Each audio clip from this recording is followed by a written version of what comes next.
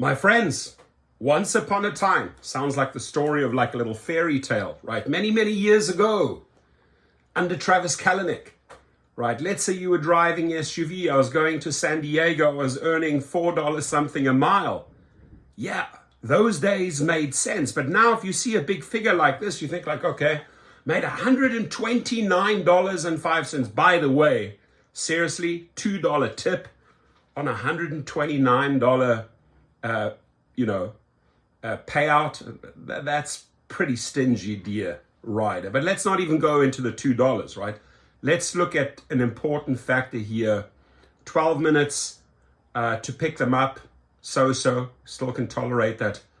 But the big issue here, 4 hours and 1 minute. Let's call it 4 hours. So face value, I look at, let's say 132 divided by 4, $32.50. Let's say, wow, that's not bad for 4 hours, $32.50. That's not how you calculate, right? Now, as a businessman, I could take these numbers, those hours, and break it down for you. But I came across a brilliant Facebook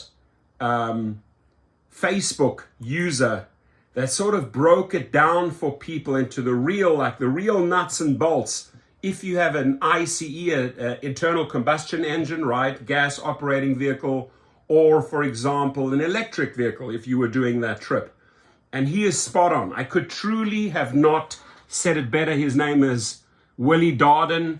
I'd like to have you in my channel one day because, I'm reading this as a businessman and you are just making absolutely business sense for drivers, right? This is how you have to break it down, and I'm going to read it to you. Again, we were looking at $129 for a 4-hour trip. And back in the day, I'm just saying, if you were in an SUV, you've done that same trip. Let's just look at the mileage there, for example, right? Let's just look at the mileage. 233.65 miles. I just want to go a little bit back in the day of SUVs, Travis Kalanick. I would have made, $950 to $1,000 on this trip, right? Yeah, then it's worth driving there and driving back, because what you're not taking into account, this ain't a 4-hour trip.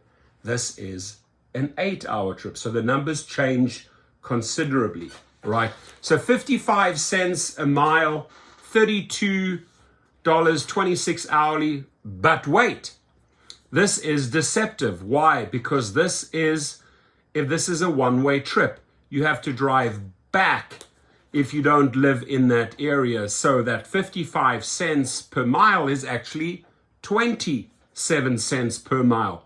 Plus, that 4 hours one way is actually 8 hours. Remember, you got to come back. So that's really $16.13.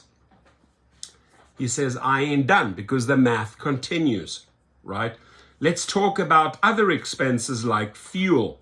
The average gas prices in California right now is, let's say, $4.70, which means if you are driving an ICE vehicle, a car with an internal combustion engine, with a 14 to 16 gallon tank, you are spending about $70 to $78 to fill up, and you'll burn at least half to 2/3 of a tank on this trip one way. True, depending on the fuel efficiency of your vehicle. So you spend $40 to $50 one way in fuel, which is about $80, $80 to $100 for the whole trip. He says, I'll use $80 in the low end. So we're doing some really conservative numbers, and this is really how you have to approach it, right? That would leave you with $49.05 that you get paid, because that's what's left over after your fuel expenses. Now let's break that down to hourly pay. Now we're at $6.13 per hour. And it doesn't even end there, right? So far, great information, right? We're at a real number of $6.13 hourly. In California, at $15 minimum per hour, right? You're way, way, way below. So when Uber CEO Dara Khosrowshahi and Logan Green approach the math on this, they say, oh, you know what? You're making $32 to $36, even $39 an hour. It is so misleading. It is so deceptive. I want to especially warn newbies here, right? Because they go, oh, I just made a whopping $129. We're breaking it down for you. We're already at the $6.13 hourly mark, ladies and gentlemen. That's reality. That, my friends, is how Uber and Lyft gets on its drivers, or should I say drivers that are ignorant enough to take these types of rides. Notice, I didn't include other expenses like food, because you got to eat in 8 hours. And for some people, twice.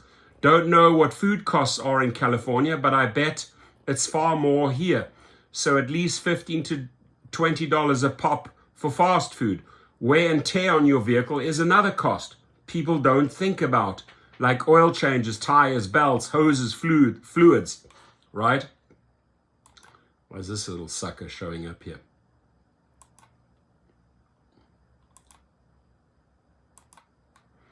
So people don't think about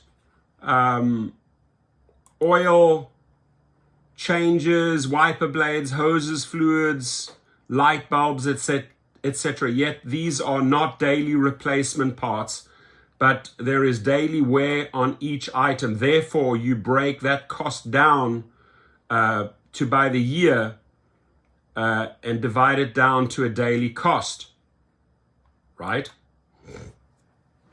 For example, how many oil changes you do a year. If you are a full-time driver, you might do one every 5 to 6 weeks. There are 52.4 weeks in a year. Therefore, a driver that changes his oil every 5 weeks does so 10.48 times a year. It's very accurate. Let's say it costs him $100 in California each time, actually more. That's $1,000 a year spent on oil changes. Now let's break that down weekly. It's $20 a week broken down daily. 7 days, it's $2.85 a day on wear and tear. From just the oil changes alone, if you broke down all the other wear and tear items the same way I did with oil, you would see that there is a much bigger cost than you may realize when driving for rideshare, and what you think you are making is far less than you actually think. If I broke all those items down based off this ride, you would be somewhere near $40 to $50 in daily wear and tear costs, which means you would have done this ride for almost free, right? That, my friends, is how you have to break it down. So I know. Here comes the what ifs and the hybrid or EV arguments. Even those have a cost. They do have items that wear out, even if you own it, and there is still a cost to charge, sometimes free, if you're savvy. But even at that, there's the charge times, which would definitely extend this ride to far more than 8 hours, which also means you'll make less per hour. And if you're renting, like most Uber drivers with those Teslas, there's still that high-ass rental fee that also has to be factored into costs. So although you may spend less in fuel costs, that is offset by the rental fees, the charge times, etc., which affects your hourly versus the guy with the ICE vehicle, right? In this scenario, the guy with the gas vehicle can complete the job faster because of fueling versus charging. Therefore, he can do the job in 8 hours, whereas the EV guy will take about 9 to 9.5 hours, or maybe even 10 hours, depending on what type of charger he uses. Now that $6.13 per hour becomes more like $4.90 an hour for the guy who drives the EV. Calculating how this rideshare thing works is very tricky, and you have to be good at math, and you have to understand how business works. That's the deciding factor right there. You have to understand how business works. When I run my fleets of SUVs, Suburbans, and Cadillacs, right, and I really crunch the numbers for the drivers, this is what you are really making. I am pretty damn close to this formula over here. Right now, I'm not moving in the EV field. I had a couple of Nissan Leafs that just absolutely did not pan out because you only made like 150 to 170 miles a day with those Nissan Leafs that originally came out. I got rid of them. It wasn't worth it. But even today with the Tesla, right? If I would have approached this trip here with the Tesla or with the Sienna or the Cadillac or the Suburban, the calculations are all different, but you have to follow this formula, ladies and gentlemen, right? So I would suggest going through the video again and making notes of all of those costs, right? And then breaking it down like he did. That's what I do. I break it down per week. I break it down per day. So I have a factor per day, right? A factor per day. What do my tires cost per day? What does my oil cost per day? Gas fees, very simple. I can do the calculations. They're based on my mileage, right? But this is really how you have to start crunching the numbers, right? So he says, and now that the $6.13 hourly becomes more like $4.90 an hour for the guy who drives the EV, calculating how this rideshare thing works is very tricky, and you have to be good at math, and you have to understand how business works when it comes to your costs to operate versus what your profits are. Most drivers don't know how to do that. They just see a dollar amount, $129. Wow, it sounds big, right? They just see a dollar amount and think I'm making money. But don't think about how much they're spending to make that money. If you're spending $5 to make $3, you're operating at a loss because you're losing $2. If you don't know that, then you shouldn't be in the business because ultimately that business will fail. Excellent. Now, if you're spending $5 to make $3, right? And a lot of people operate on this math system, right? They think that, wow, this $129 here is impressive. But you truly are spending $5 to make $3 in this formula here, right? And where it really catches up to you, if you have a rental or if you're financing this vehicle over 5-6 years, right? And let's say after 3 or 4 years, your car's already absolutely burnt out, right? You've done all the mileage, you have transmission issues, you have this, you have that. And what you really didn't do from the very beginning is factor in the daily cost.